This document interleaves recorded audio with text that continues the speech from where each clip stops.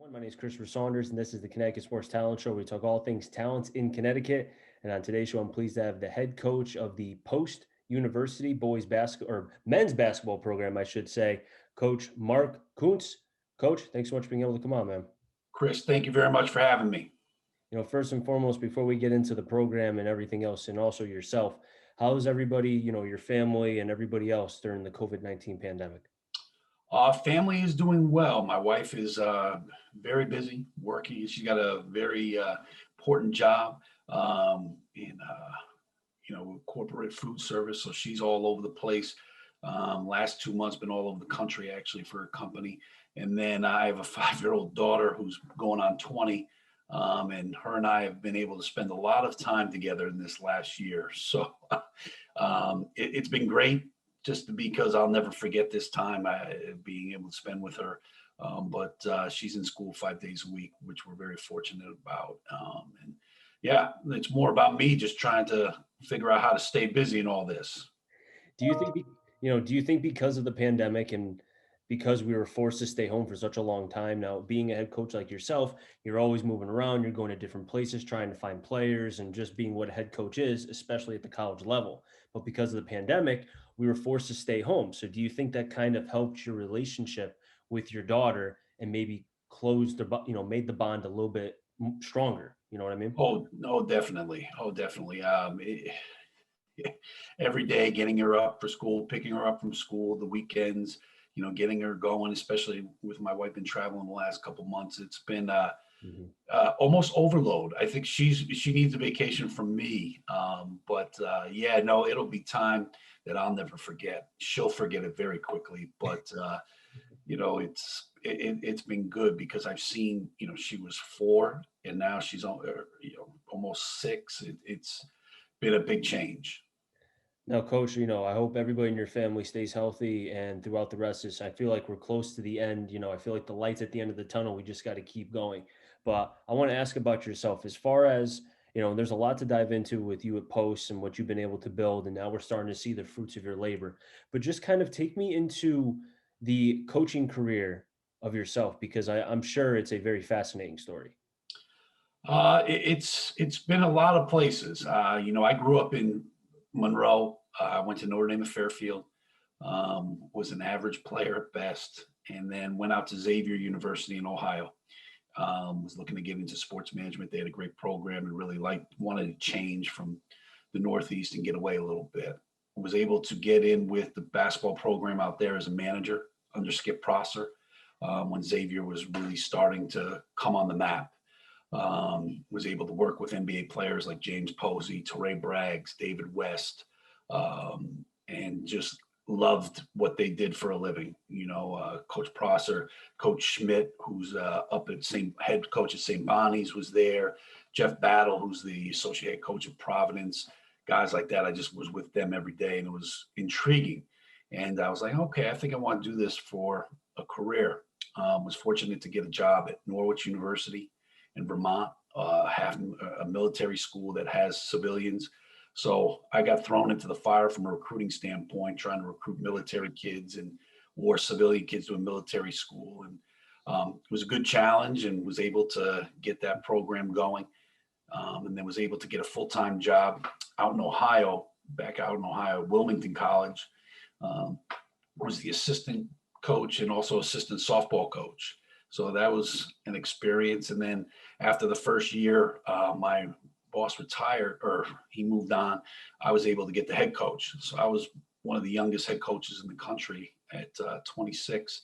We had won one game the year I was an assistant. The program was in a mess, and recruited there. And we went from 1 to 10.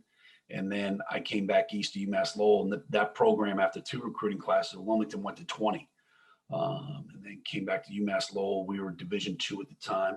And 5 of the 7 years we went to the regional here in the Northeast. And then fortunate enough, Bill Herring gave me an opportunity to go to Division I, and finally got that opportunity after a lot of years trying to get there. In New Hampshire, coach said, go recruit Texas, Mark. And I was like, okay, never been to Texas. Outside going to the Final Four in San Antonio, and Went down there, was very lucky to get a couple really good players, two of the better players in school history. And they won 19, 19, or 19, 20, and 20, the best school, the best run in school history. And that kind of vaulted me to be able to get involved at Post when it opened a few years ago. And my wife and I, growing up in Monroe, it was a great opportunity to be able to come back home. Our families be right down the road from us and be a head coach. And now, I've kind of taken it over. And now we're supposed to be year 5. It seems like not yesterday, but almost yesterday that it was day 1. And now we got the program in a position where this year we would have been a contender for the NCAA tournament. And hopefully now next year, we will make that first NCAA tournament in Post history. Looking at, and again, the track record of you kind of from start to, it's not even the finish, but just kind of the journey. Do you think because of the amount of places that you've been to, I mean, I think about broadcasters. I mean, Brian Kenny, who, works at MLB Network. He was a cop at Macy's. I remember reading his book when he wrote a couple of years Wow. ago. Yeah, he was a cop at Macy's, and then one thing led to another. He had a couple other places that he went, but he said in the book many, many times how much he appreciated not being given something right off the bat and having to go through the grind. And I'm sure you tell that to your players. So for you, do you think because of the grind and just kind of going through the going through what you needed to, I guess, in some ways made you appreciate more where you're at right now? Completely, because when that first job, I was offered a $2,500 salary, a meal card, and a dorm room. So it was like, okay, this is real life here. This is what you went to college for, Mark, huh? And from there, it's grown. I gave myself a timeline to get full time, and it's never really been about the money. It's more been about establishing myself in this business and kind of just outworking everybody. Because, like you said, I haven't really been given much. I've had the good fortune of being given positions by different people, head coaches and ADs. So I have been very fortunate. But I think a lot of that's due to the hard work that I've put in, especially on the recruiting standpoint. In this day and age, recruiting is the deal, the lifeblood of every program. If you don't have players, I'm not going to kid anybody. I'm not that good of a coach that if I have bad players, I'm not going to win game or I can win games. The reason we're winning is because the players that we have fit the system that I want to do, and we've got talented guys right now. So the recruiting has been very crucial in my career, and it's kind of gotten me to where I have. A coach that I admire years ago when I was coaching for baseball for a senior legion team here in Connecticut, he told me once how, we were coaching a game, we were up by a lot, and he was like, I was sitting next to him, and he was like, man, they're making me look so good right now. And I'm like, what do you mean? He's like, it's not about the X's and the O's, it's about the Jimmies and the Joes. And if you don't have the players, it's hard to be able to get that consistency. And I think, coach, to go back to your time at Xavier, do you think that being around the collection of talent that you were, and you mentioned about it being your first real big kind of opportunity, do you think by getting that it kind of allowed you to get your feet wet and understand not just future NBA talent but just future talent at the highest level? It definitely showed me, because obviously that was the A10 back when UMass was very good. Um, Dayton, George Washington was excellent. St. Joe's. So I saw the high level. I really did, and it kind of gave me an impression on what it takes to survive. And those guys were trying to make the NBA, and you could tell some of the guys that were going to be able to make it, and some of them that weren't. And they're talking to the assistants and talking, just learning what they were looking for in guys and what they were looking for in the system. You just learned a lot. And then what I took from that, I had to apply to every level, because obviously I can't get the same guys at Norwich that I was trying to get at, or that they were trying to get at Xavier. So it was a complete learning curve on each level when I got to Xavier or to Norwich, then got to Wilmington, then Division II UMass Lowell, then Division I New Hampshire. You kind of got to figure out each level and what you're looking for, and try to exactly get about a half a step above. If you go a step above, you're going to get turned down a lot. But if you can sneak a guy that's a half a step above your level, then you got a chance to win games, because it doesn't take a lot of those guys to get a program turned around. Now, what is, and I ask every coach this who's coached at different levels from Division 3, 2, and 1, etc., even JUCO. What is the difference between a Division 2 player? And I know this sounds dumb, so I apologize. But what is the difference between a Division 2 player and a Division 1 player? Uh, at the guard position, not a lot. At the guard position, there's a lot of guards that we play against that are Division 1 players. They just were overlooked, maybe grew late, had a late growth spurt. Um, Guys didn't think they were good enough and passed on them, and now all of a sudden, they go to Division 2 and averaging 20 a game. Um, the big guys, it's more inches, because a 5-man at our level could be as small as 6'4", 6'5", where at the Division 1 level, 6'8", 6'9". But there's athletic wings and fours that could play at either level. It's just about the exposure. And some kids get hurt. Some kids play football. It's a different story with every kid. But there's not much difference. It's a lot of making sure you evaluate as best you can. Because if you looked at what Merrimack did, Merrimack finished 4th in the Northeast 10 their last year and went to the Northeast Conference and won the next year. So it just goes to show that there isn't much difference. So when people say, and you know, broadcasting for high school sports and the NVL and just all around, I hear a lot of, I don't want to say it's disrespectful, but I feel like they talk down, and maybe that sounds disrespectful, but they don't. It seems like Division 1 is held to this high pedestal. And if you go to Division 2, and I've noticed this more in basketball than I have in other sports. I don't know why. I can't put my finger on it. Maybe you could help me here. But if you're not a Division 1 athlete, you're basically, in the words of the kids now, you're trash, which I totally disagree with.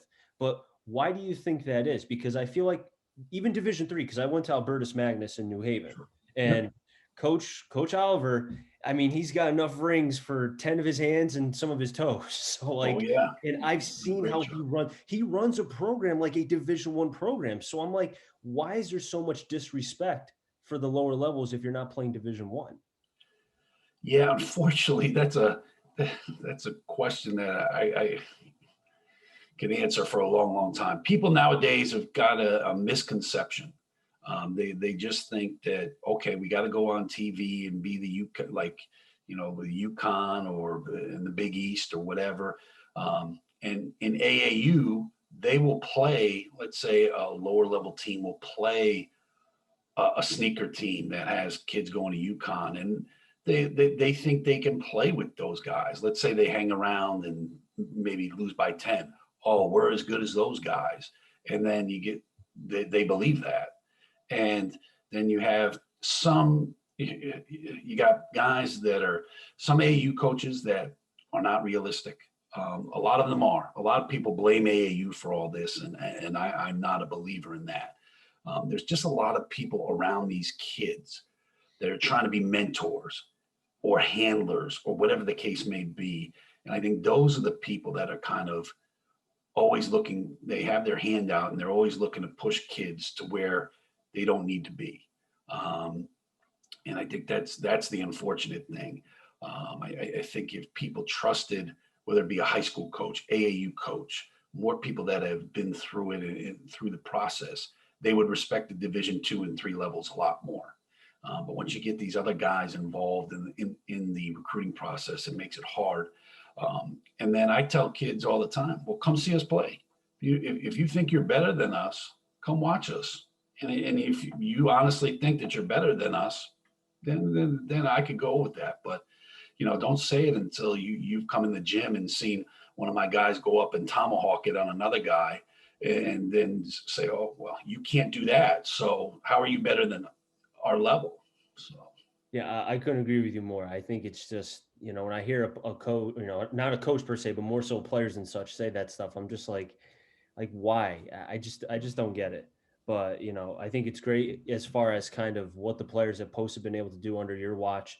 And looking at when Post was open, like when you saw the opportunity, because you were an assistant coach at New Hampshire prior rather for 4 years. How was it something that caught your eye immediately? Was it something you're like, hey, I'll give it a shot? Why not? I actually got the call from the former coach Mike Donnelly, who was here, and then went to Southern Connecticut and was very successful. And then is now down in Florida. So he called me and said, "Mark, hey, would you be interested in Post is open? I think they would have interest in you." And I said, and I've learned enough in this business that you never say no. When someone has an interest, you never say no. So I said, okay, and talked to my wife about it. And Division II head coach in the home state of for her and I get us back. I was excited about it. And anytime, there's only about 650 Division I and Division II head coaches in the country. So to get an opportunity to be in such a small group is a great, great experience and a great opportunity.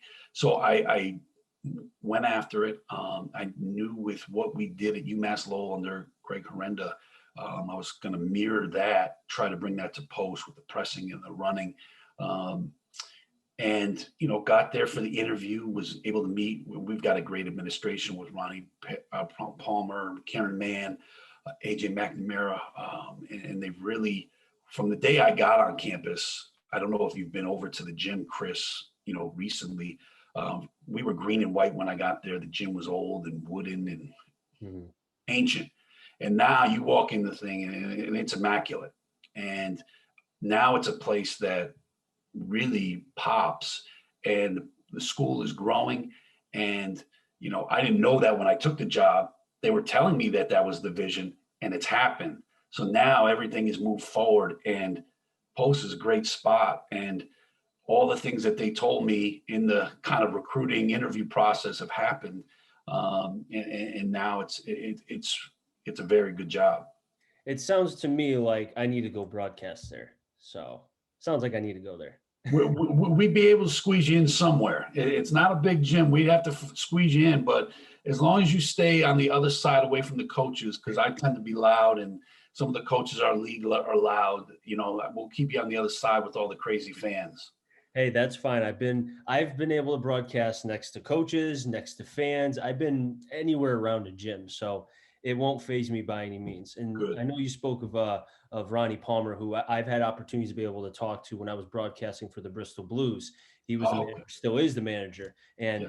nothing but respect for him. Always was cordial. Always allowed me time to talk to him before a game and after a game. And I'm sure you know this. Straight shooter. Will tell it like it is, doesn't sugarcoat it. And I can honestly say, probably one of the best visionaries, I think, for Post University to be able to have him. Because, like you mentioned, he sees 10 years into the future, but when he sees it, he makes sure that it's going to happen because it has his name on it. No doubt, no doubt. And, you know, and I kind of try to emulate him in that straight shooter standpoint. Like I'm very honest and upfront with people, just because I'm kind of reared that way. But he is done. He just lets me run my program, which is, a lot of ADs that are not that way. And he's supportive and every step of the way. Mark, what do you need? When we're struggling, it's going to be okay. You're going to be all right. Things are going in the right direction. I see it. I see it. We're going to help you with this, this, and this. And all those things came through. Um, and Post is going to continue to grow. I mean, we've got D2 football now. He's got visions on what to do with the stadium up top. With facilities growing, everything is going in the right direction. And you're right, he's a visionary with it. He sees it, and it's just now figuring out how to get it done. Coach, I think, and you mentioned how it sounds like he kind of gave you that confidence when you guys were struggling early. A lot of times, especially as a coach like yourself, who I'm sure takes every loss like it's the NCAA championship, the Final Four, whatever you want to call it, where it's loss is really hard. But I think for him to be able to keep saying, "Hey, just keep pushing, keep going," we're going to get there.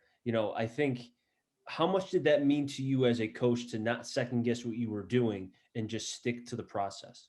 Yeah, it was huge. After my second year, we had won 7 games. We took a step backwards. We didn't make the conference tournament, and he brought me in the office, and I was wearing it, and I wasn't very happy person, and miserable to be around.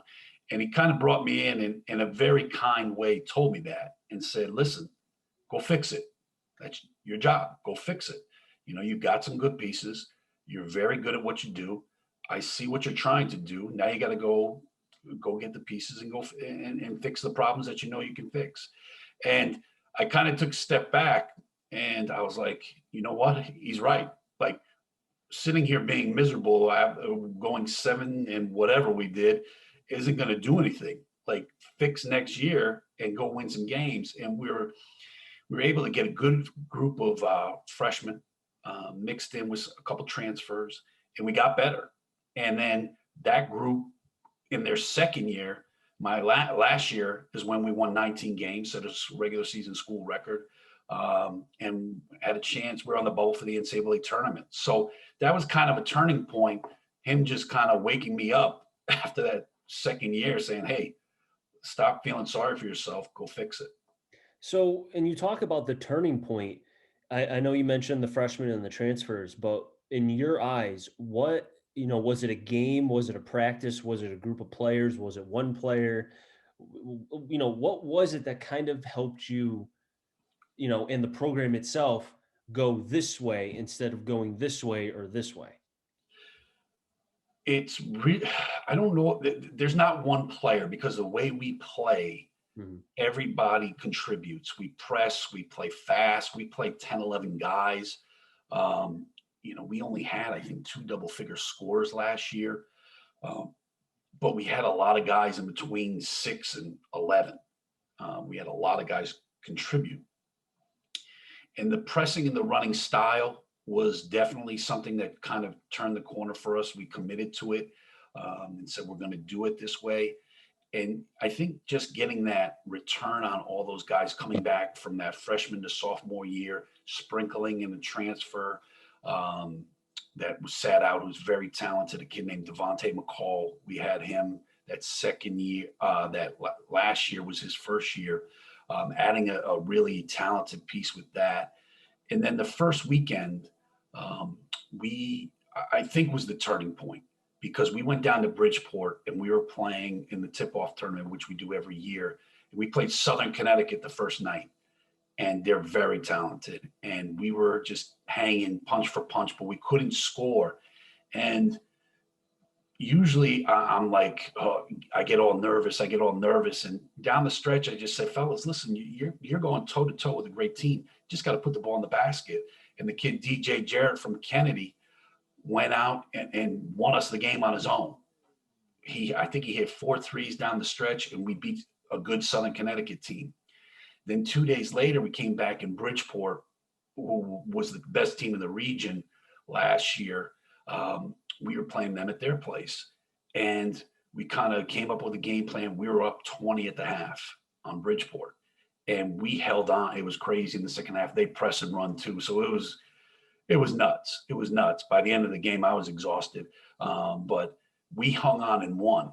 And just the locker room after that weekend, beating Bridgeport was the best team in the region. Southern could have been an NCAA tournament team. You could just tell at that moment our guys believed. They knew they were good at that point. We left that Bridgeport gym knowing we were good and that we had a chance to do really good things. And I think that was the turning point. If there is one, that we kind of changed it into a winning program. So you would say that that game in and of itself, and just being able, because at certain points with every coach, and you think of Saban, all the great coaches at the football level, college football level, basketball level, with Calipari and such, Coach K, so on and so forth. There is a turning point, and it sounds like to me that was the point where things could have gone one of two ways, and that helped not only the season, but it allowed things as far, because as we know, social media can be your best friend or your worst enemy. And it could really help you as far as being able to attract players from around the state, around the country, no matter where you are. if you can show like, hey, this is a program that I can develop, and you know what, if I'm not getting looked at by Division 1, let me go to post because I could have an opportunity. These guys can ball. No doubt, no doubt. And if we had lost those 2 games, we're 0-2 coming out of that tournament, and who knows where the season goes. And now we're 2-0, and that gets us to 19. We won 19 games, and now everyone thinks in our program that believes we're an NCAA tournament team. And now, when my conversation with recruits is completely different, I don't say, "Well, you could come here and help us win." We're winning now. You got to fit in and try to figure out how to help us continue to win. And it's a much better conversation to have with recruits. No, coach, looking at the game itself, and I've noticed a change over the last couple years, and I'd love to get your opinion on it because I'd love to know how it is as far as the Division 2 level, because I've even noticed it at the Division 3 level when I broadcasted for Wesleyan, Trinity, and Conn College, a part of the NESCAC. Sure. I have noticed that the big man not getting the basketball a lot in the low post. It's a lot of long range threes. Very, in my opinion, low percentage shots because it seems like it's getting farther and farther away. Players are not moving the basketball. They're kind of staying stagnant watching. What have you noticed over the last couple years in the game of basketball? I agree with you. And we play 5-out motion. I've kind of joined that way because it's hard to go get a guy that can score on the block nowadays. There's not a lot of them. And with the pressing and running style, can that guy keep up in our style? So, but we play 5-out motion. And the key that I tell our guys is we've got to get that ball moving from side to side so that we can get the ball to the paint. And if we can get the ball to the paint, we control the possession. If we're just passing it around and ball screening, a lot, and unfortunately, Chris, I think it's a lot of ball screen motion that gets people just standing and watching, and it just the same guy's dribbling the ball 10 straight times because he can't get out of a ball screen and create. Then it's ball reversed and waiting for another ball screen. So the stagnant piece, I think, is a lot of that.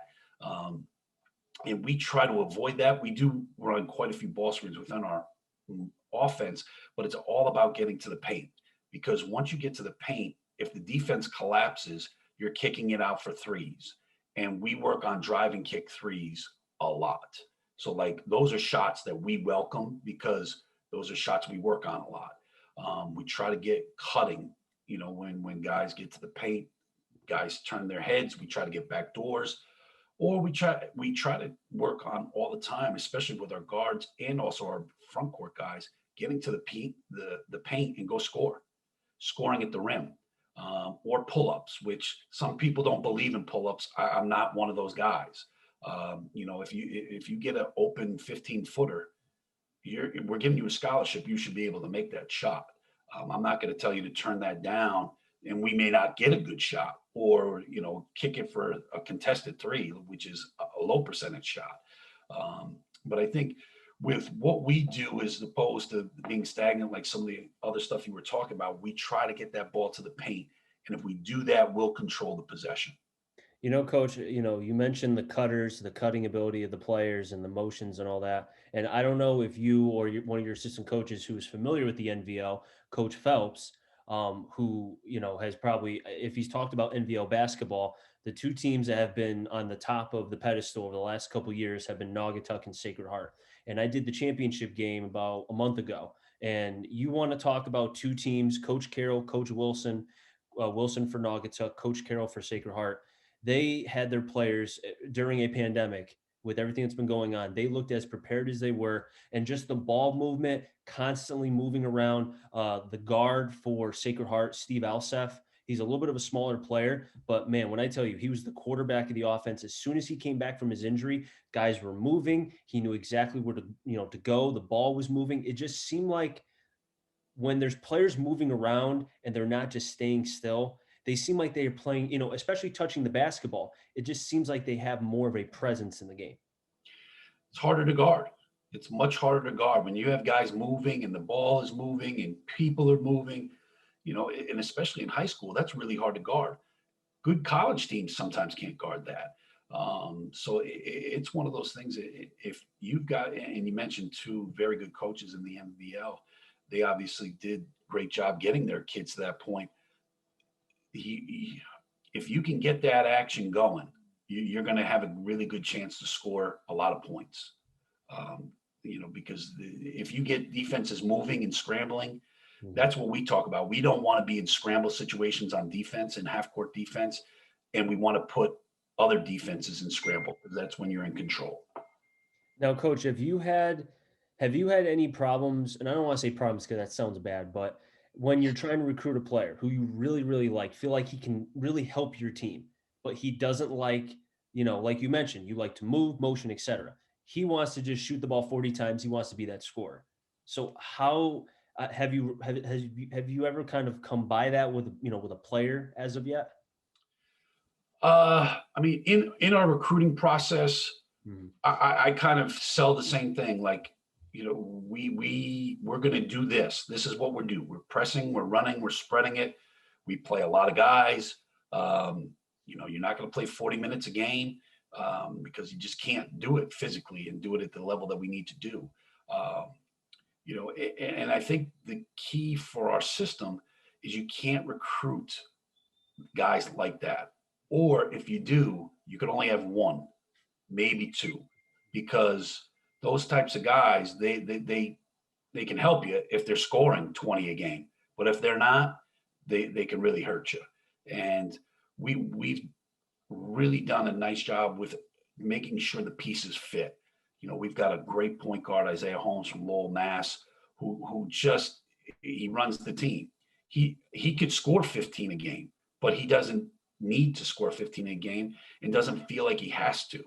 And just having a point guard that's willing, able passer just makes life so much easier because I don't have to say, Isaiah, you only had 6 tonight, but we won by 25.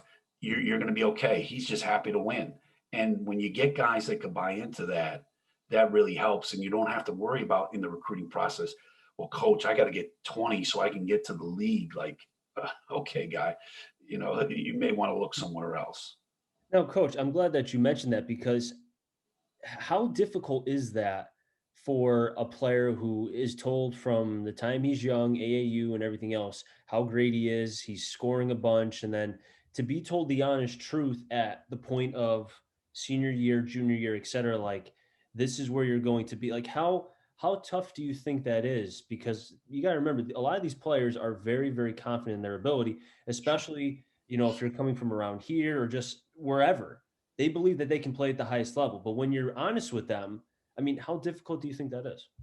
It's not easy. It's not an easy conversation, and some people turn you off very quickly.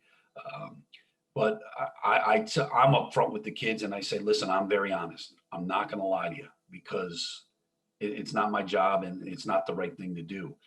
But I will tell kids that if you do come here and perform well, you will have a chance to play after college because that is definitely a possibility. I had quite a few guys at UMass Lowell, a couple guys that are still playing overseas. So I don't try to negate it at all, um, but I do encourage that so to give them something, a carrot at the end of the rope that they can chase. But also, once we get into practice, a lot of guys get their eyes opened. They may think they're the best player come from their high school team, and then they step on the floor and they're like, oh, okay, I got some work to do. And a lot of guys see it on their own. The guys that fight it, those are the guys that take the longest to kind of develop. And sometimes it works, sometimes it doesn't. But usually, most of these kids see it themselves. They get out there the first week of practice and they're like, wow, okay, I got some work to do. And then it's my job to develop them, pat them on the back and say, you're going to be all right. I brought you here for a reason. You're going to be all right. You just got to stick with it. Or you got to be the bad cop and kind of have to give them a little bit of a push, right? To kind of I, get them going. I've been known to do that every once in a while. So, Hey, all coaches got to know that border between I give coaches a lot of credit. at all levels. You got to be good cop, you got to be bad cop. You got to be, you got to be the good person, and sometimes you got to be the person that the player never wants to see again that next day. Yeah, no, I've got great assistants, and they know that they need to be the good cop because I tend to be the bad cop. Hey, nothing wrong with that, coach. Coach, I really do appreciate you coming on. I do have one more question for you. As far as the post basketball program, in and of itself, obviously COVID-19, the pandemic has affected a lot of programs at all levels, no matter the sport. And I know, some players have from other schools that I know of have left to go somewhere else because of the clogging of the rosters and so on and whatever. What what challenges have you had to deal with as far as basketball is concerned with this COVID-19 pandemic, and how have you been able to kind of overcome them? Well, Chris, it's been unique because there's been no basketball. Mhm. Our kids have been remote. I have not seen one of my players since this pandemic hit. I've seen them on screens just like this, Zoom screens. They're tired of it. I'm tired of it. Mhm. It's been a challenge because this is not what they signed up for. They didn't sign up to do remote classes on computers and phones and get a job and be on their couch. They wanted to be in the Drumner Center in Waterbury. That's what they signed up for. And I really feel for our guys because they've endured. They've endured this. We've had a lot of guys that have had issues losing people to gun violence because that's out of control in this country. So we've been just trying to help them mentally get through, um, get used to academics because we've got some guys that need extra help, and doing it on a computer, it's hard to do. So to be honest, basketball has been the least of the conversations, least of the topics, least of the worries. It's been more about them just being okay mentally, being okay physically, being okay academically. And it's been hard on the Zooms because there's only so much you could talk about. So we've gotten guest speakers this semester to try to come in to just for a different voice for them, talk about different topics. But we've been so fortunate. Our guys know how good we can be that they're all deciding to come back as of right now. Mhm. Everybody's coming back except for one guy. And then hopefully the grades come in the right way. Um, and if we do, with the pieces that we had planned to add this year and the pieces that we'll add for next year, and we don't need a lot, we should have a championship level team ready to go. Is it fair to say, coach, that because of the success recently with the post basketball program, the men's basketball program, that because of what is going on with the COVID-19 pandemic, and you talked about the mental side, that maybe one thing that's pushing these young men is that we've worked so hard to get to this point. We're not going to let COVID-19 affect what could be a chance for us to make a run for a year to years to come. So let's keep our brothers together. Let's make sure we're all on the same page. Let's help out the one young man who needs some help. And let's get to this finish line because we're better than this virus. Yeah, and these guys have talked about on the Zooms. They say, or when I get them on FaceTimes, they just want to get back and play together. They know how good they can be, how good they could have been. Like if we had played this year, decided to play, we would have been in the NCAA tournament because the teams that were in the tournament we beat last year. So they knew even in a shortened season. So they know that they just want to get back. They've got the itch. They haven't been together. They haven't played. They haven't been in the gym, our gym. And they've got that hunger, which is great. They've got that hunger that hopefully just carries over from September when they get back to March to hopefully we're in the NCAA tournament so that all of this craziness has meant something. And all of this stuff has made them stronger and better so that when they graduate, they're more prepared for life and deal with adversity and deal with whatever life throws at them so that they can be more successful men.